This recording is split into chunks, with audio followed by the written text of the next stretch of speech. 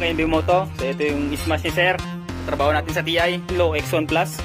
Yan din yung ginabit natin sa sniper natin. Plus natin. So dito natin lalagay yung switch natin, tsaka nabalot natin na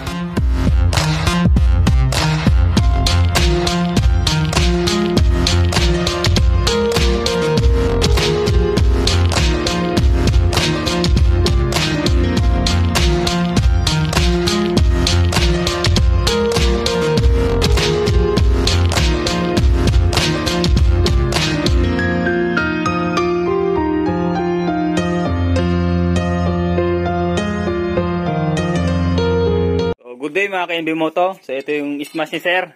Katrabaho natin sa TI. Boss Leomar. Wiringan natin ng MDL. Yan. Zenlo X1 Plus. Yan din yung ginabit natin sa sniper natin. Tsaka change oil din. Ayan. So abang-abang. Ayun no, nabaklas na natin. So dito natin ilalagay yung switch.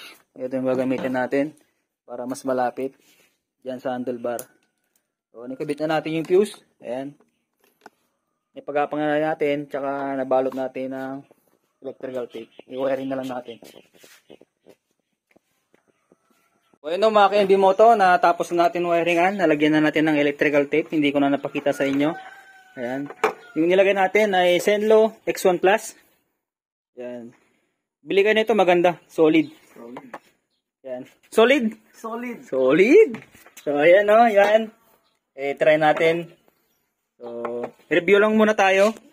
Yung number 30 ng relay, yan 30, ay pupunta doon sa positive ng battery. Ayan. Pagapang ka dyan, pupunta sa doon sa battery. Tapos may fuse. Tapos, yung 87, yung bahala na kayo doon, yung high tsaka low, yellow or combination yung ilalagay nyo. Tapos number 85 dun sa body ground. Ayan, body ground. Tapos yung sa switch, ito magkakaiba kasi yung kulay ng switch. Yung isang paan ng switch papunta dito sa accessory wire. Tapos yung dalawa doon na sa high and low. So try natin no. Sige nga sir, isalpak mo nga. Yan, ignition on. Low beam, puti. High beam combination. Ayos ba?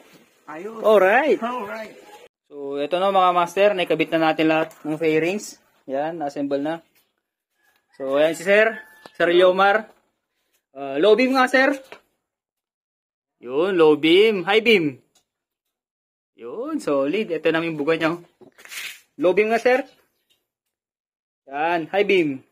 Yun. Ayos ba, Sir? Ayos, quality. Alright.